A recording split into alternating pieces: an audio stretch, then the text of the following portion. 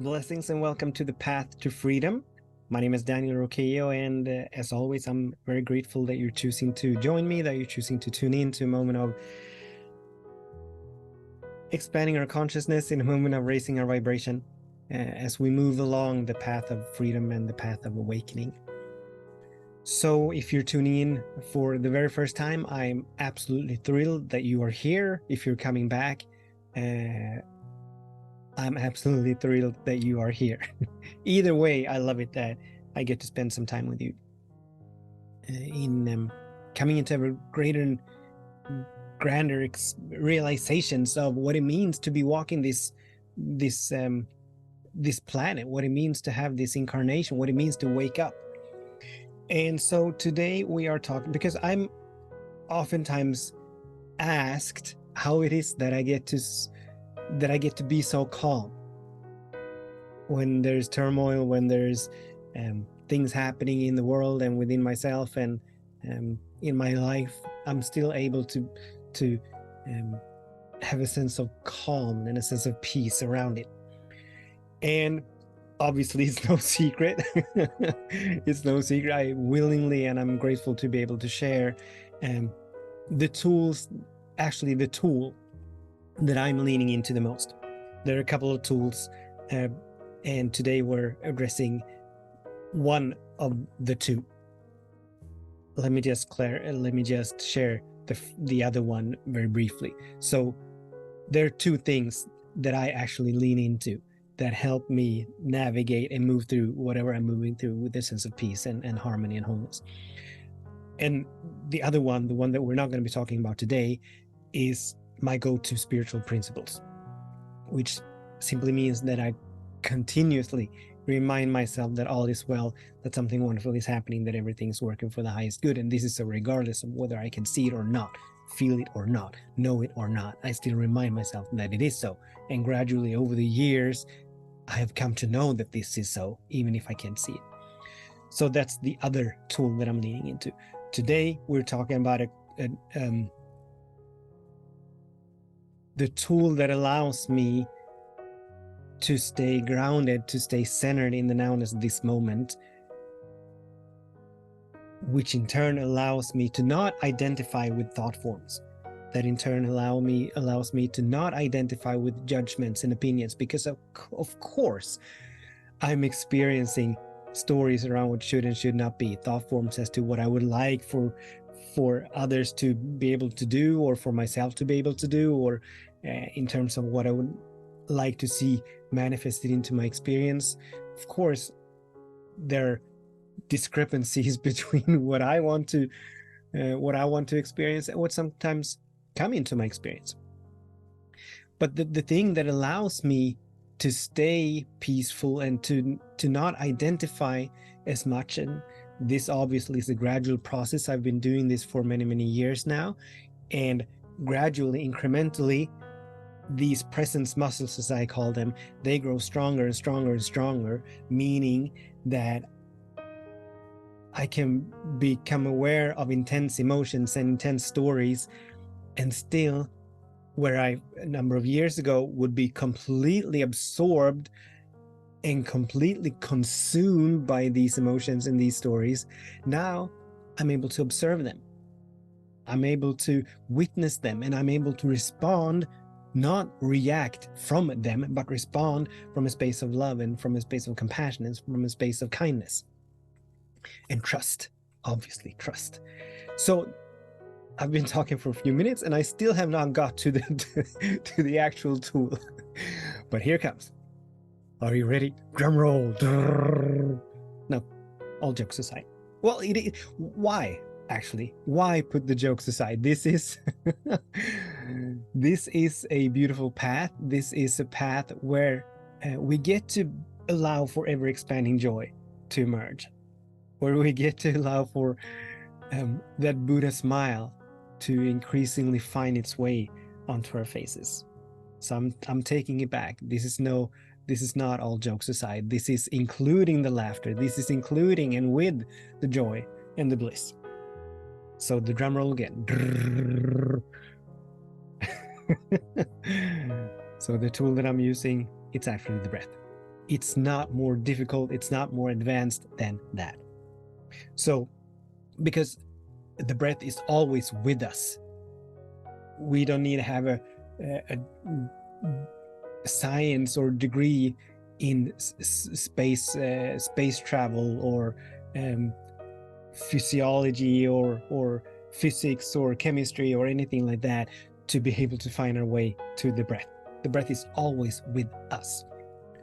So, and that is what makes it so powerful, and that is what makes it so beautiful, because it's always accessible to us.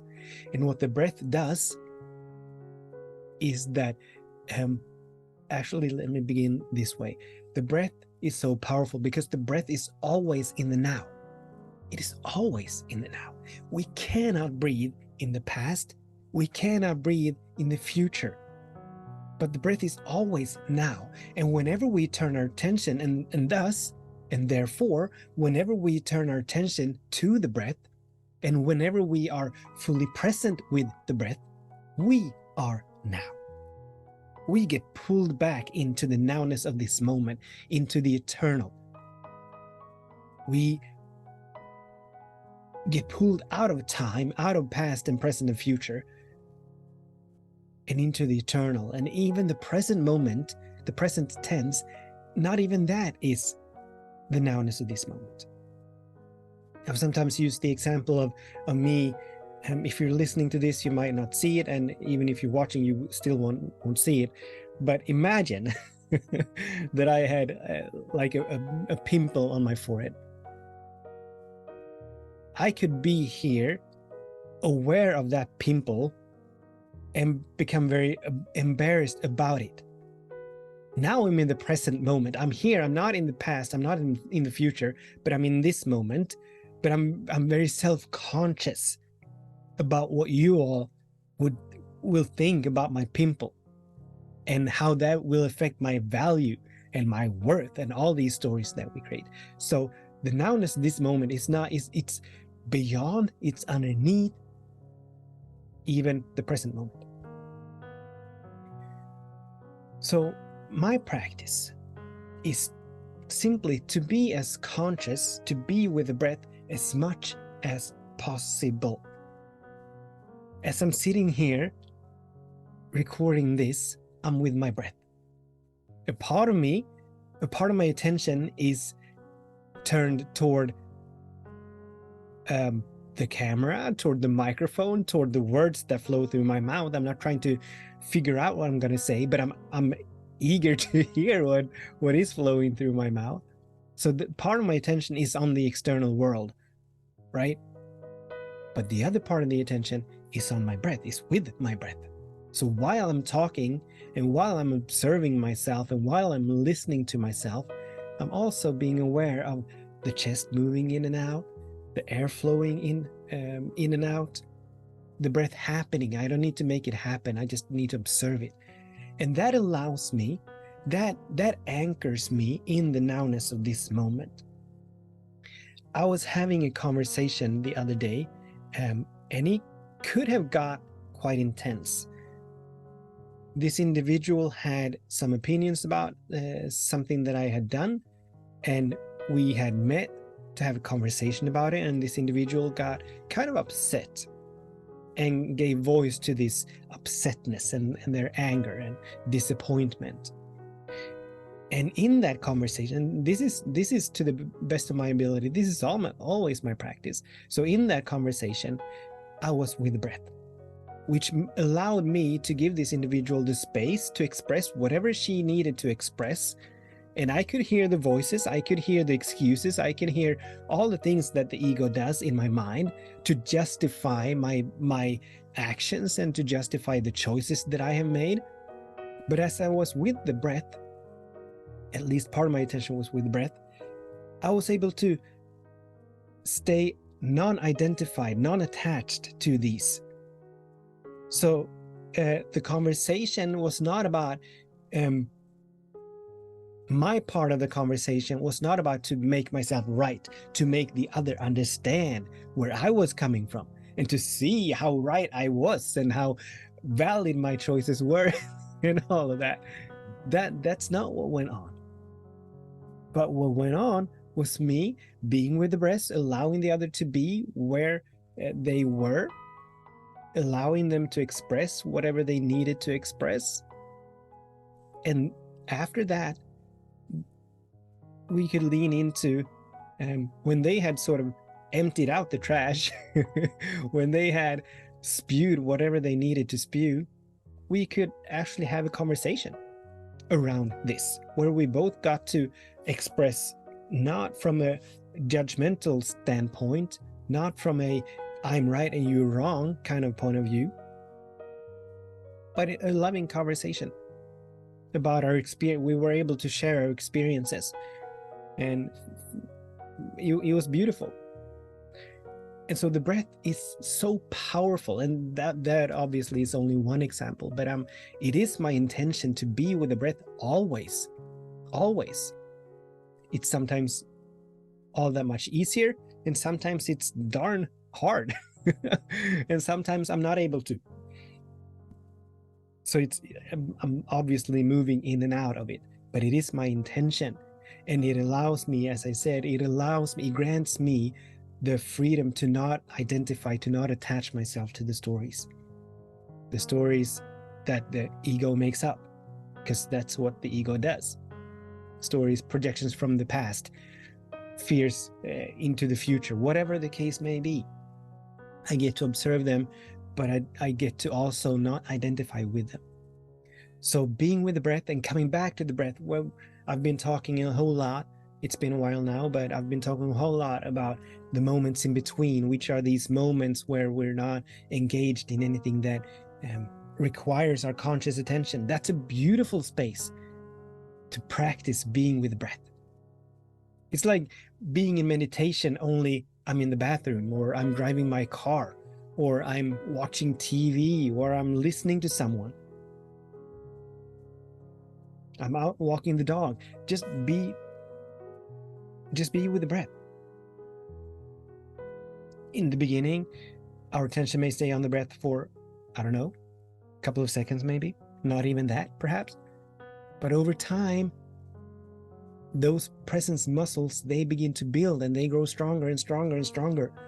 So there comes a point where, and this is what I'm experiencing more and more and more, obviously, there comes a point when this becomes our habitual practice.